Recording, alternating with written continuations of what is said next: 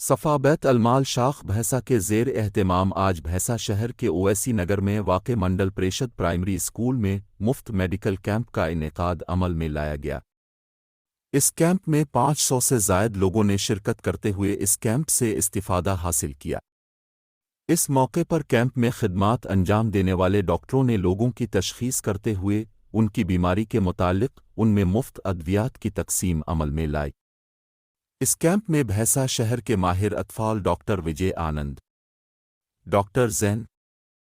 Are B S کے medical officers doctor Mateen, doctor Saleem,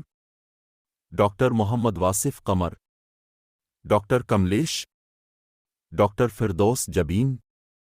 doctor Kalyan, doctor Anwar کے علاوہ دیگر ماہر ڈاکٹروں نے اس کیمپ میں اپنی خدمات انجام دی۔ بعد ازاں صفا کے ذمہ داران جن میں حافظ منیر، مولانا عبدالقیوم، محمد اطہر،